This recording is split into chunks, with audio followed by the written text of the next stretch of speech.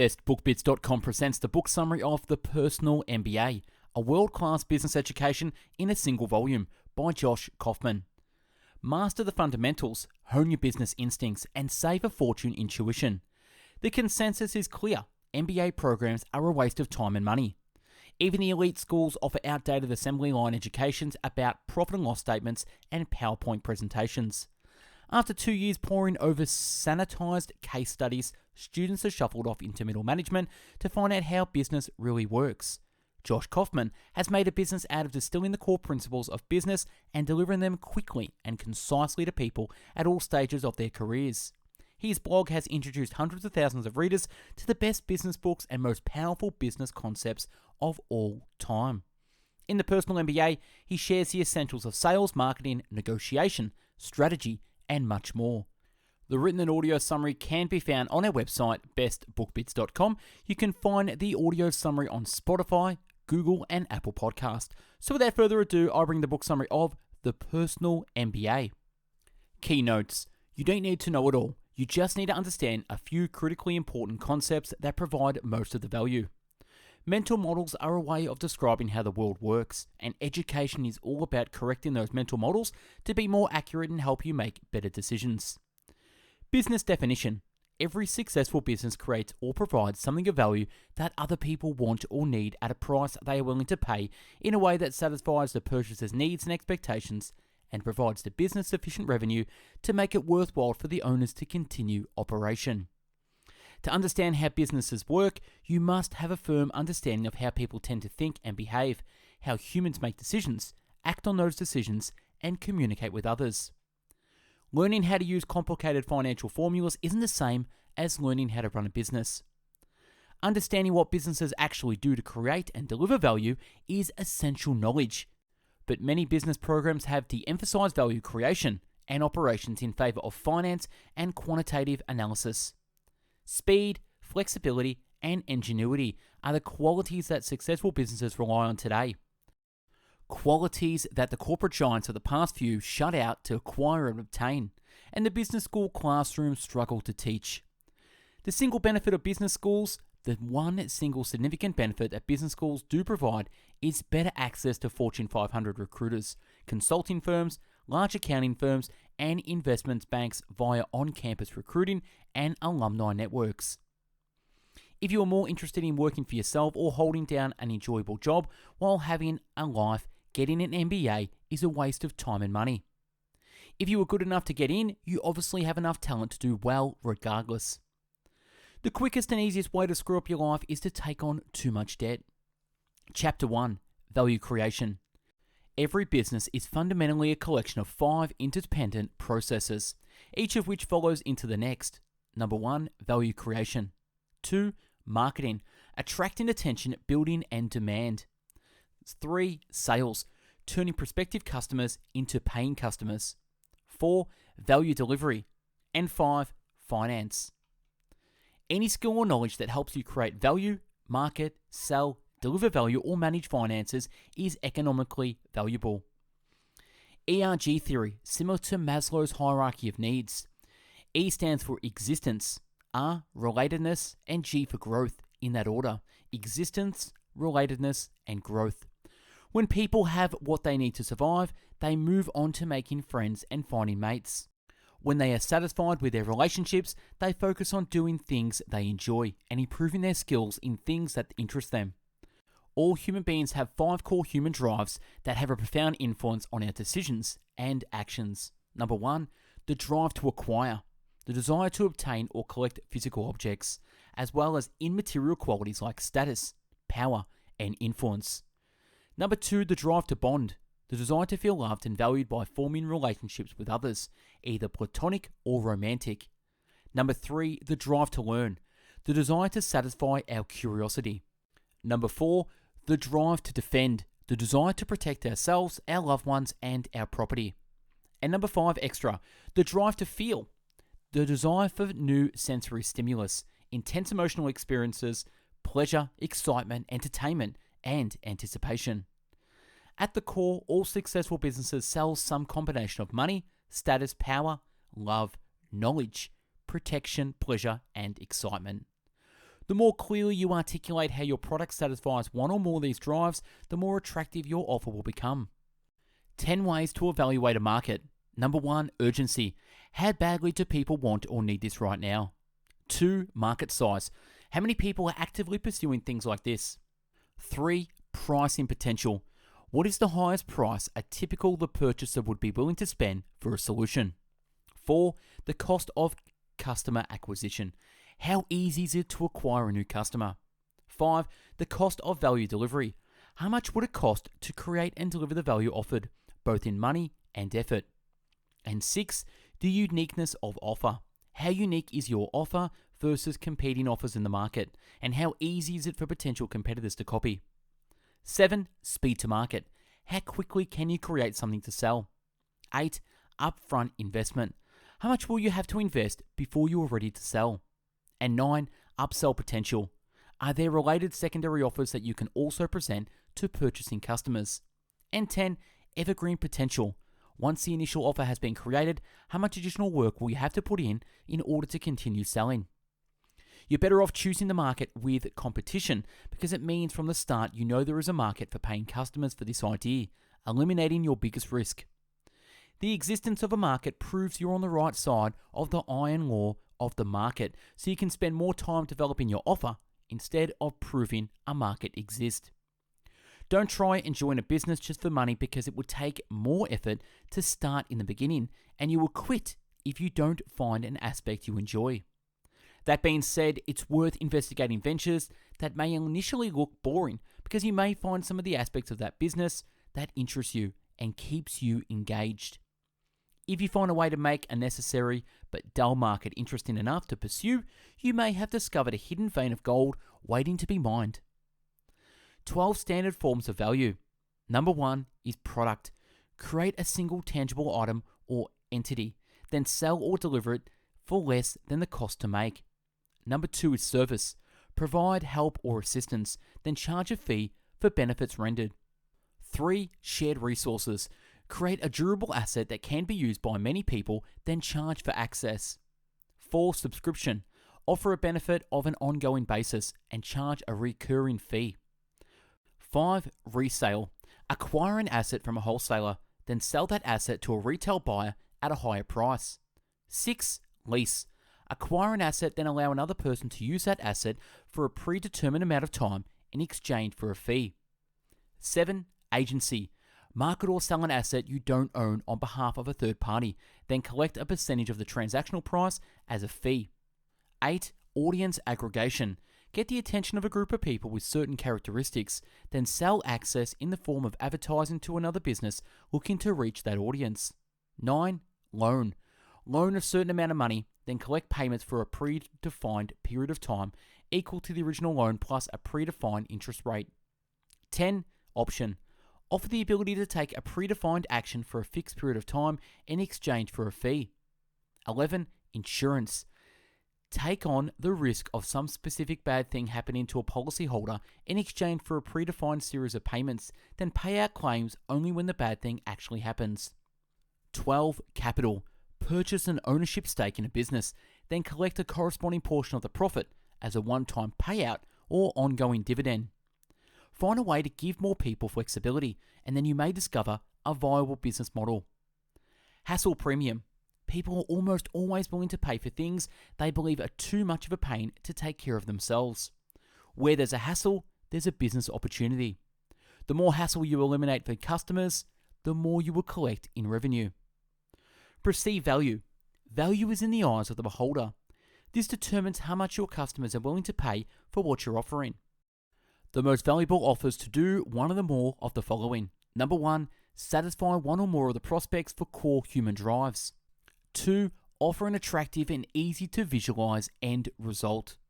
3, command the highest hassle premium by reducing end user involvement as much as possible. And 4, satisfy the prospect status seeking tendency by providing desirable social signals that help them look good in the eyes of other people. Bundling allows you to repurpose the value that you have already created to create even more value.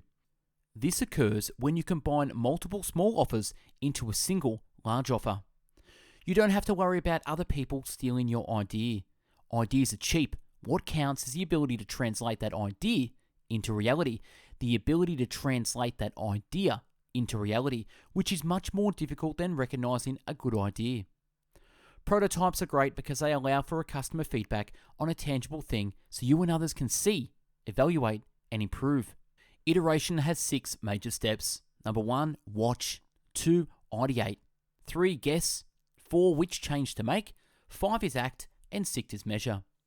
The key is to make every iteration small, clear, and quick.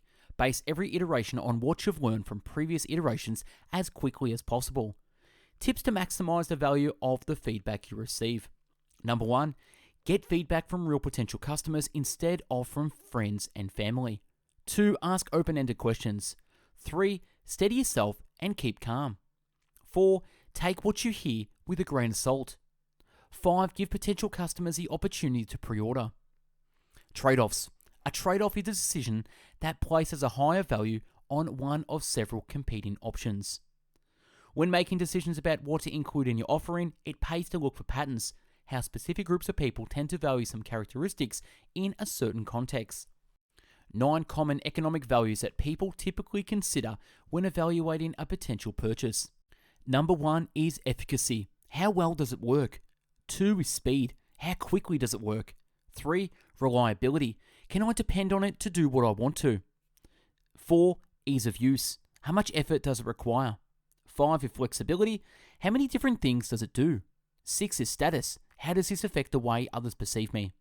7, artistic appeal. How attractive, otherwise aesthetically pleasing is it? 8 is emotion. How does it make me feel? And 9 is cost. How much do I have to give up to get this? Trade-off by Kevin Maney discusses these common values in terms of 2 characteristics: convenience and fidelity. Things that are quick, reliable, easy, and flexible are convenient. Things that offer quality, status, artistic appeal, or emotional impact are high fidelity. As a rule, people never accept trade-offs unless they are forced to make a decision. If the perfect option existed, then they buy it. Since there's no such thing as perfect, people are happy to settle for the next best alternative. Critical assumptions are facts or characteristics that must be true in the real world for your business or offering to be successful. The best way to validate the truth of your critical assumptions is to test them directly. It's much smarter to minimize your risk by testing your offering with real paying customers. Shadow testing is the process of selling an offering before it actually exists. A minimum viable offer is an offer that promises or provides the smallest number of benefits necessary to produce an actual sale. Incremental argumentation is the process of using the iteration cycle to add new benefits to an existing offer. The intent is to make it a little bit better each time until it is the best it can be. Incremental augmentation is the process of using the iteration cycle to add new benefits to an existing offer. The intent is to make it a little bit better each time until it is the best it can be. Incremental augmentation helps you improve your offering while minimizing the risk that any single iteration will fail catastrophically. Using what you make every day is the best way to improve the quality of what you're offering. Nothing will help you find ways to make your offer better than being its most avid and demanding customer. Chapter 2 is marketing. Marketing is the art and science of finding prospects, people who are actively interested in what you have to offer. The best businesses in the world find ways to attract the attention of qualified prospects quickly and inexpensively. The more prospects you enticed, the better off your business will be. Marketing and sales are not the same thing. Marketing is about getting noticed. Sales is about closing the deal. Rule number 1 of marketing is that your potential customers' available attention is limited. Your potential customers' available attention is limited. To compensate, you filter your attention because of all the things trying to capture it. Obtain the attention from people who are likely to buy from you, and you will inevitably build your business. Receptivity is a measure of how open a person is to your message. If you design your offer to be remarkable, unique enough to pique your prospect's curiosity, you'll be significantly easier to attract attention. Great marketers focus on getting the attention of the right people at the right time. The best way to break a potential prospect's preoccupation is to promote the feeling of curiosity, surprise, or concern. It always pays to assume your prospect begins in a state of preoccupation. Begin your marketing approach in a way that breaks the preoccupation and earns their attention. Marketing is the most effective when it focuses on desired end result, which is usually a distinctive experience or emotion related to a core human drive. Qualification is the process of determining whether or not a prospect is a good customer before they purchase from you. Point of market entry. If you can get a prospective customer's attention as soon as they become interested in what you're offering, you become the standard by which competing offers are evaluated. We only purchase what we already desire on some level. The essence of marketing is discovering what people already want, then presenting your offer in a way that intersects with that existing desire. The most effective way to get people to want something is to encourage them to visualize what their life will be like once they've accepted your offer. The best way to do this is to expose them to as much sensory information as possible. Framing is the act of emphasizing the details that are critically important while de-emphasizing things that aren't, either by minimizing certain facts or leaving them out entirely. More often than not, offering genuine, free value is a quick and effective way to attract attention. For best results, focus on giving away real free value that is likely to attract real paying customers. Ask for permission for future follow-up. A hook is a single phrase or sentence that describes an offer's primary benefit. Sometimes it's a title and sometimes it's a short tagline. Emphasize what is uniquely valuable about your offer and why the prospect should care. The most effective marketing message: give the recipient or prospect a single very clear, very short action to take next. This is the call to action. Telling a story about people who have already walked the path your prospects are considering is a powerful way to make them interested in proceeding. Testimonials, case studies, and other stories are extremely effective in encouraging your prospects to accept your call to adventure. Controversy means especially taking a position that not everyone will agree with, approve, or support. Used constructively, controversy can be an effective way to attract attention. When businesses talk about branding, they are really talking about reputation. Reputation is what people genuinely think about a particular offer or company. The more your interests are aligned with your customers, the more they will trust your ability to give them what they want. Pricing uncertainty principle. All prices are arbitrary and malleable. Pricing is always an executive decision. However, you must be able to support your asking price before a customer will actually accept it. 4 ways to support a price on something of value. Number 1, replacement cost. 2, market comparison. 3, the discounted cash flow or net present value method. And 4, value comparison. You can use the other methods as a baseline, but focus on discovering how much your offer is worth to the party you hope to sell it to, then set your price accordingly. Successful salespeople focused on asking detailed questions to get to the root of what the prospect really wants. Education-based selling requires an upfront investment in your prospects, but it's worth it. By investing energy in making your prospects smarter, you simultaneously build trust in your expertise and make them better customers. If you are the exclusive source of what your prospects want, you win. In every negotiation, there are 3 universal currencies: resources, time, and flexibility. It's possible to gain more of any of these currencies by finding appropriate trade-offs between one or more of the others. The 3 dimensions of negotiation: setup, structure, the discussion. Persuasion resistance. The feeling that prospects are going to get the hard sell or be tricked into agreeing on something that's not in their best interest. Present yourself to the prospect as an assistant buyer to help them make an informed decision about what's best for them and help them to invest their resources wisely. Sending signals of desperation or chasing during any part of the sales process will reduce the number and size of the transaction. Being generous is one of the best things you can do to improve your results as a salesperson. By giving away value and helping others as much as you can, they'll respect you. It will build your reputation, and he will also increase the probability that they'll be interested enough when you do present your call to action. Counterintuitively, making a damaging admission to your prospects can actually increase their trust in your ability to deliver on what you promised. Selling anything is largely the process of identifying and eliminating barriers to purchase, risks, unknowns, and concerns that prevent your prospects from buying what you offer. 5 standard objections that appear in sales of all kinds. Number 1, it costs too much. 2, it won't work. 3, it won't work for me. 4, I can wait. And 5, it's too difficult. Testimonials for social proof and referrals are powerful to overcome objections 2 and 3. Always try to negotiate directly with the decision maker. That way, when they refuse your offer, you know that it wasn't a good fit for them and you can move on to more promising prospects as quickly as possible. Risk reversal is a strategy that transfers some, if not all, the risk of a transaction from the buyer to the seller. Reactivation is the process of convincing past customers to buy from you again. Reactivation campaigns are constantly the easiest and most profitable marketing activities you will ever try. Make it a priority every 3 to 6 months to contact your lapsed customers with an offer to see if you can encourage them to start buying again. Chapter 4, Value Delivery.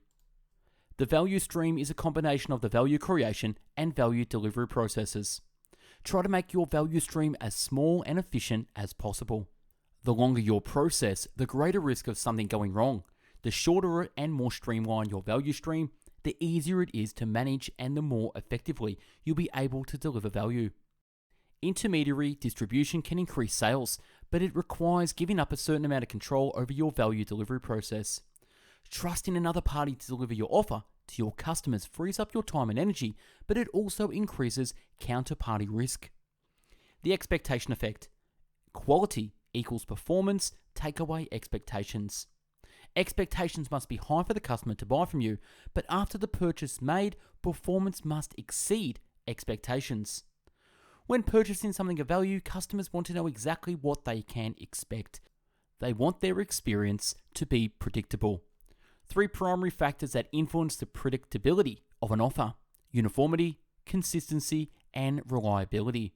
Throughput is the rate at which a system achieves its desired goal. Throughput is the measure of effectiveness of your value stream. The formula is this: throughput equals units over time. Duplication is the ability to reliably reproduce something of value. Multiplication is duplication for an entire process or system. As a general rule, the less human involvement required to create and deliver value, the more scalable the business. Every benefit you deliver and every customer you serve makes it harder for your competitors to keep up with you. Don't focus on competing, focus on delivering even more value, and your competition will take care of itself. By investing in force multipliers, you free up your time, energy, and attention to focus on building your business instead of simply operating it. Chapter 5, Finance. Finance is the art and science of watching money flowing into and out of a business, then deciding how to allocate it and determining whether or not what you're doing is producing the results you want. Accounting is the process of ensuring the data use to make financial decisions is as complete and accurate as possible. Business isn't about what you make, it is about what you keep. Profit is bringing in more money than you can spend. Profit margin percentage equals revenue take away cost over revenue times 100. Percentage markup formula: price minus cost over cost times 100. Value capture is the process of retaining some percentage of the value provided in every transaction. Business is not necessarily about maximizing profits. Profits are important, but they are a means to an end. Creating value, paying expenses, compensating the people who run the business, and supporting yourself and your loved ones.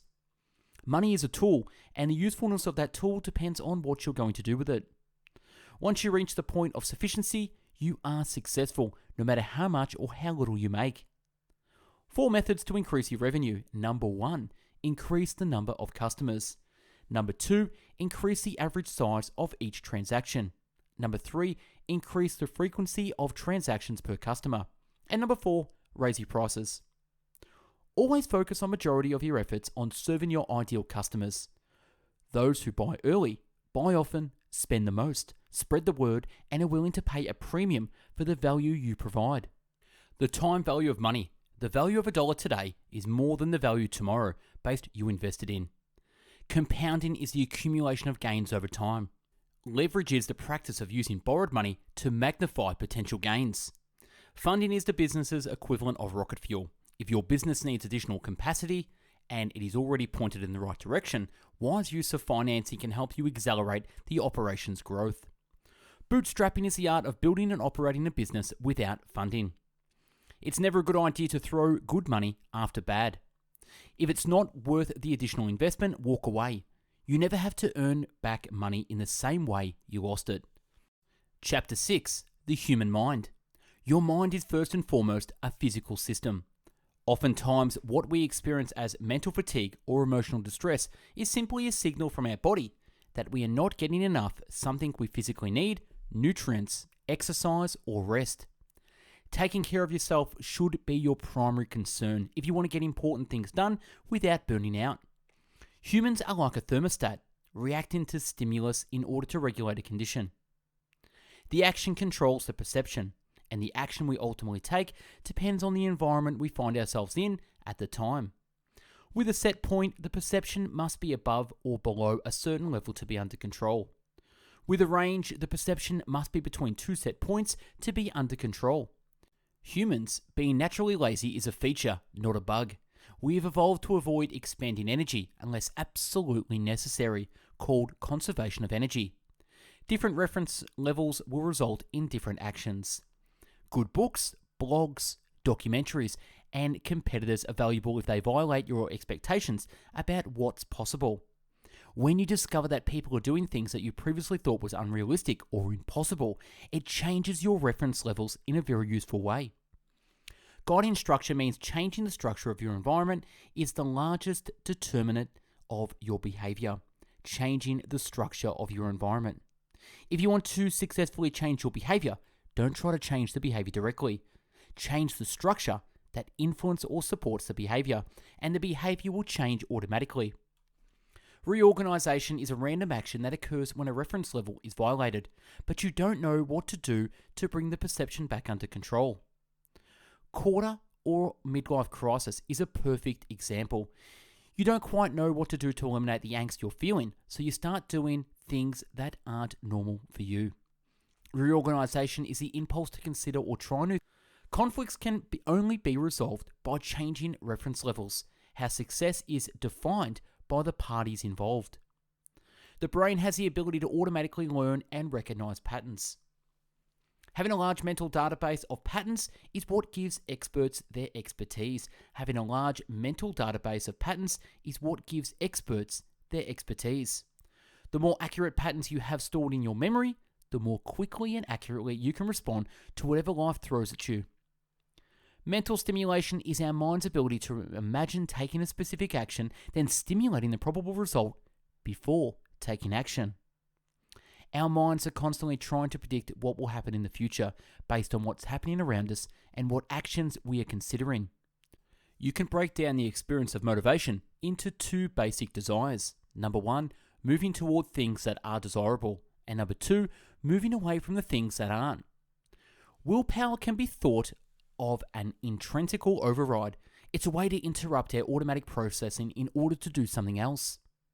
Loss aversion is the idea that people hate to lose things more than they like to gain them. People hate to lose things more than they like to gain them. Exercise, sleep, and meditation can calm your mind by metabolizing or counteracting the stress hormones that have been flooding your body. Notice the threat signal.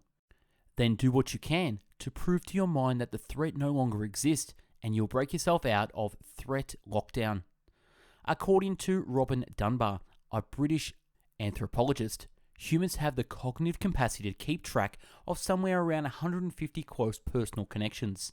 Beyond this limited circle, we start treating people less like individuals and more like objects, and groups of people beyond this limit are likely to splinter into subgroups over time.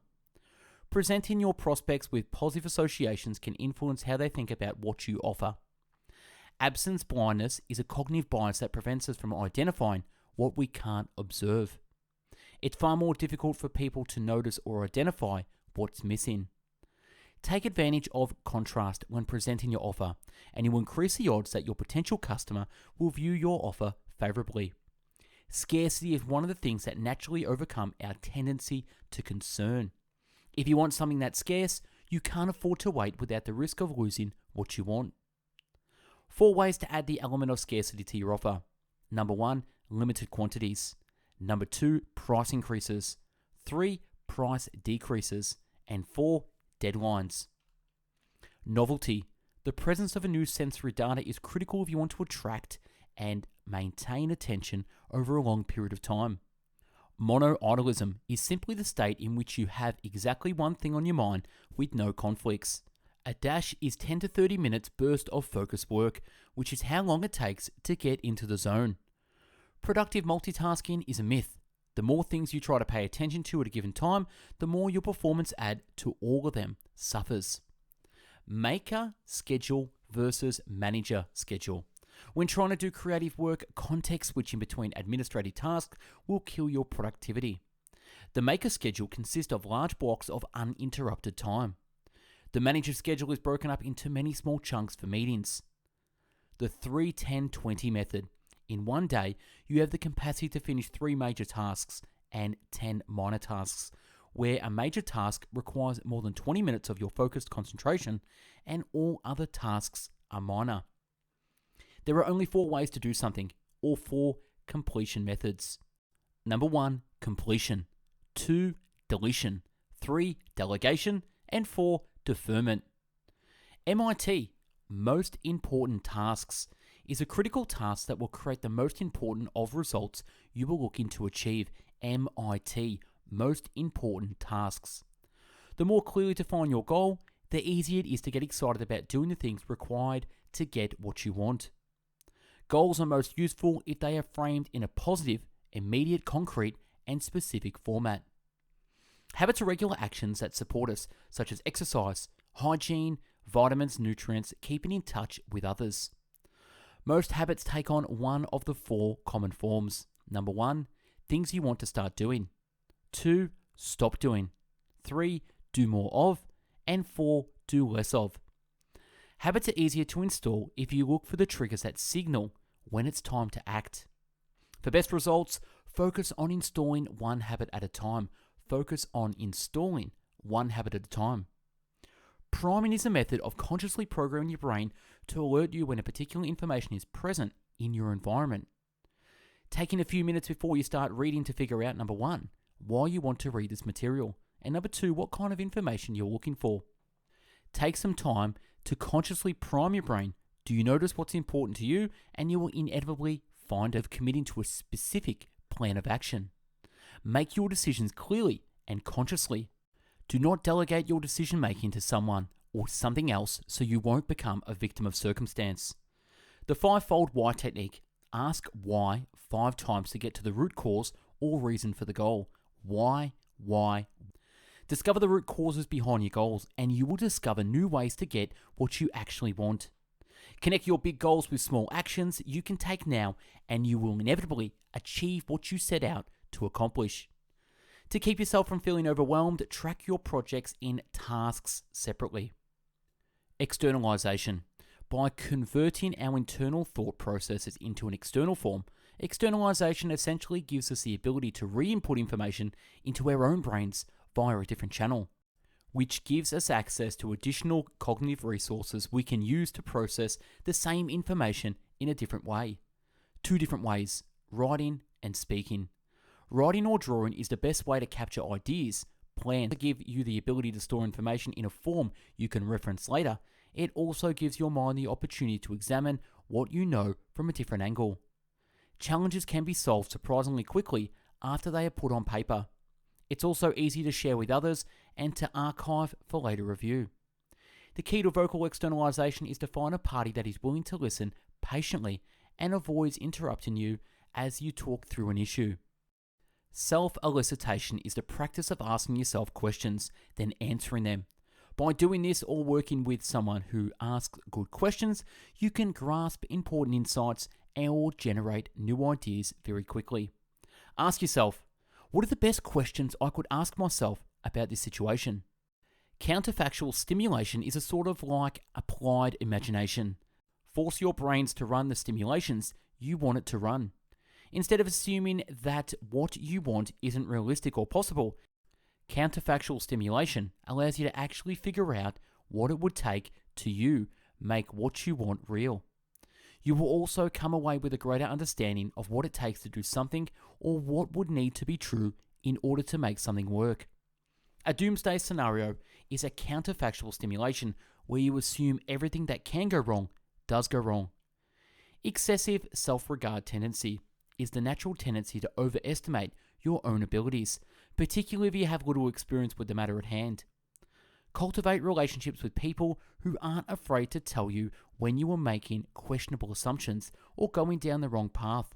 They are valuable friends indeed. Paradoxically, one of the best ways to improve your right is to actively look for information that proves you're wrong. Confirmation bias is the tendency for people to pay attention to information that supports their conclusions and ignores information that doesn't. Hindsight bias is the natural tendency to kick yourself for things you should have known. Performance load. Above a certain point, the more tasks a person has to do, the more their performance on all those tasks decreases. In order to be productive, you must set limits. Set limits. By keeping some capacity in reserve, you'll be ready to handle the most important tasks immediately.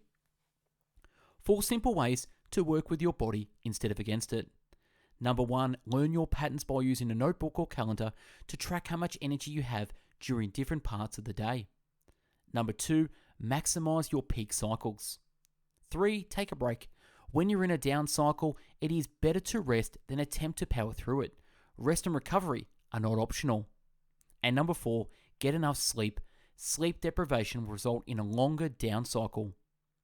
You are not a robot. Humans need rest, relaxation, sleep, and play in order to function effectively. Spend time doing something completely different from your normal activities and responsibilities. The less overlap between your hobby and your work, the better.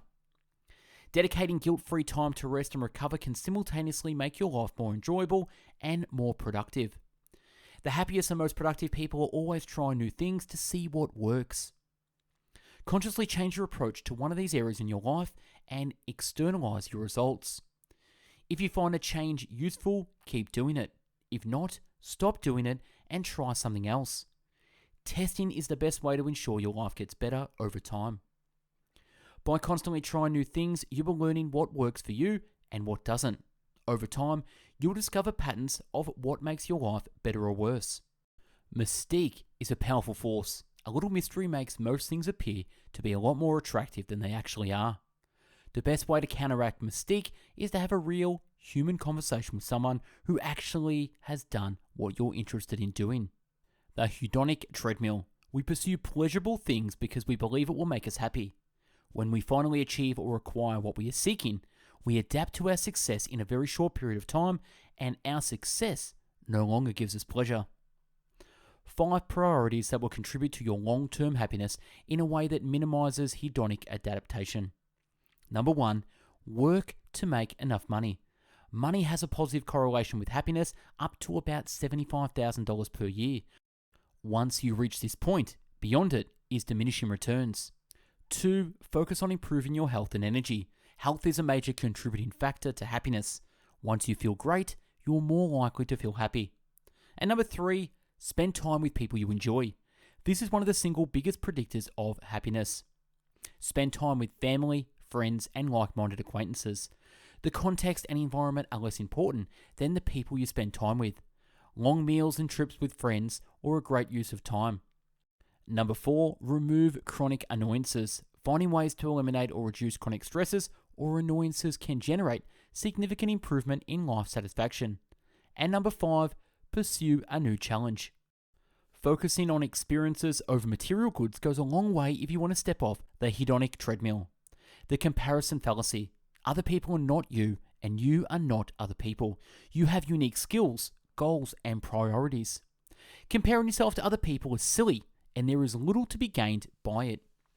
The only metric of success that matters is this: you are spending your time doing work you like with people you enjoy in a way that keeps you financially sufficient. If so, don't worry about what other people are doing. If not, focus on making changes that are within your locus of control so you can start moving in the direction you desire. Focus most of your energy on the things you can influence and let everything else go. Keep your attention on what you're doing to build time before you get there. Investments in improving your personal skills and capabilities can simultaneously enrich your life and open doors to additional income sources. New skills create new opportunities, and new opportunities often translate into more income. Your ability to save is limited, your ability to earn is not. Two primary ways of looking at the world, two mindsets that influence your response to new experiences. Number one, the first basic mindset is that your skills and abilities are fixed. And number two, the second basic mindset is that your skills and abilities are malleable. Rule of thumb, when your limiting beliefs prevent you from facing rejection, make the other party tell you no. Chapter 8, Working with Others. All human relationships are based on power, the ability to influence the actions of other people. Influence is the ability to encourage someone else to want what you suggest. Compulsion is the ability to force someone else to do what you command. The best way to increase your power is to do things that increase your influence and reputation. The more people know your capabilities and respect the reputation you've built, the more power you will have. Comparative advantage means it's better to capitalize on your strength than to shore up your weaknesses. Working with others can help you get more done faster and improve the quality of the end result. Communication overhead is the proportion of the time you spent communicating with members of your team instead of getting productive work done. Keep your team small, between 3 and 8 people, elite and surgical.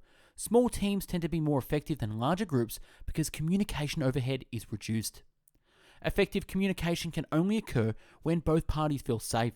As soon as people start to feel unimportant or threatened in a conversation, they start stonewalling, shutting down communication. The threatened party may continue to interact, but they've mentally and emotionally withdrawn from the conversation.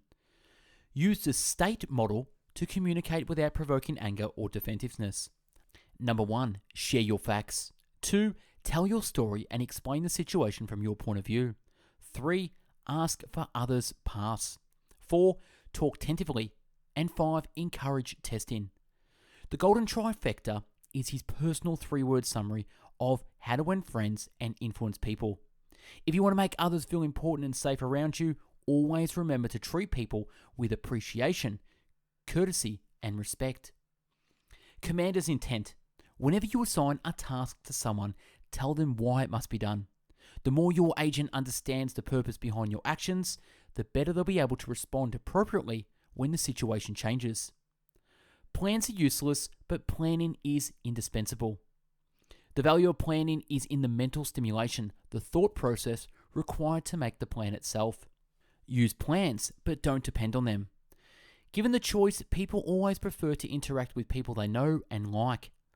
Referrals make it far easier for people to decide to work with someone they don't know. Convergence is a tendency of group members to become more alike over time. In business, this tends to be called a company's culture. Divergence is the tendency for groups to become less like other groups over time. If your social circle isn't supporting your goals, change your social circle. If your social circle is not supporting your goals, get out of there and change your social circle. Authority figures are automatically and strongly persuasive. In the presence of an authority figure, people will do things they would otherwise do as reprehensible or wouldn't consider in the first place. Commitments have been used as a way of binding groups together. Breaking a promise or commitment can often have a negative impact on social status and reputation, so most people do whatever they can to act in ways that are consistent with previous positions and promises. Incentive cause bias explains why people with a vested interest in something would tend to guide you in the direction of their interest. Modal bias is the automatic assumption that our idea or approach is always best. Individuals tend to rise to the level of expectations other people have of them. If you don't expect much from the people you work with, chances are you will not inspire them to perform to the level of their capabilities. The Pygmalion effect is a tendency that explains why our relationships are self-fulfilling prophecies. The attribution error means that when others screw up, we blame their character. When we screw up, we attribute the situation to circumstances. Instead of dwelling on the problem, focus on your options. Instead of dwelling on the problem, focus on your options. Ruminating on the issue doesn't solve anything. What you are going to do about it. Focusing your energy on alleviating potential responses, and you will be far more likely to find a way to make things better. Management is the act of coordinating a group of people to achieve a specific goal while accounting for ever-present change and uncertainty. 6 simple principles of effective real-world management. Number 1. Recruit the smallest group of people who can accomplish what must be done quickly and with high quality. Number 2. Clearly communicate the desired end result, who is responsible for what, and current status. Number 3. Treat people with respect. Consistently using the golden trifecta is the best way to make the individuals on your team feel important and respect you as a manager. Number 4. Create an environment where everyone can be as productive as possible, then let people do their work. 5. Refrain from having unrealistic expectations regarding certainty and prediction.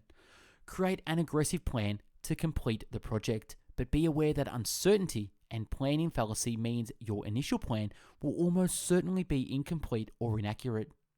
And number 6, measure to see if what you are doing is working. If not, try another approach. The best managers don't act like big shot executives. They are more like very skilled assistants whose primary purpose is to keep the people in economically valuable skills focused on improving the 5 parts of every business. That is, doing things that directly contribute to the company's results. The golden rule of hiring. The best predictor of future behavior is past performance. The best predictor of future behavior is past performance. All complex systems that work evolve from simpler systems that worked. The 5 focusing steps to find and alleviate a constraint. Number 1, identification. Examining the system to find the limiting factor. 2, exploitation. Ensuring the resources related to the constraint aren't wasted. 3, subordination. Redesigning the entire system to support the constraint. 4, elevation. Permanently increasing the capacity of the constraint. And 5, reevaluation. After making a change, reevaluating the system to see where the constraint is located. Don't rely on making accurate predictions. Things can change at any time. Planning for flexibility in response to uncertainty versus scenario planning is far more effective and useful than pretending to be a seer. You can make a system less interdependent by removing dependencies. A dependency is an input required before the next stage of a process can take place. The more dependencies in a system, the higher the likelihood of delay or system failure. Chapter 10. Analyzing systems. Deconstruction is the process of separating complex systems into the smallest possible subsystems in order to understand how things work. Key Performance Indicator, KPI, are measurements of critical parts of a system. Garbage in, garbage out. Put useless and put into a system and you'll get useless output. Context is the use of related measurements to provide additional information about the data you were examining. Humanization is the process of using data to tell a story, a narrative about a real person's experience or behavior. And Chapter 11, Improving Systems.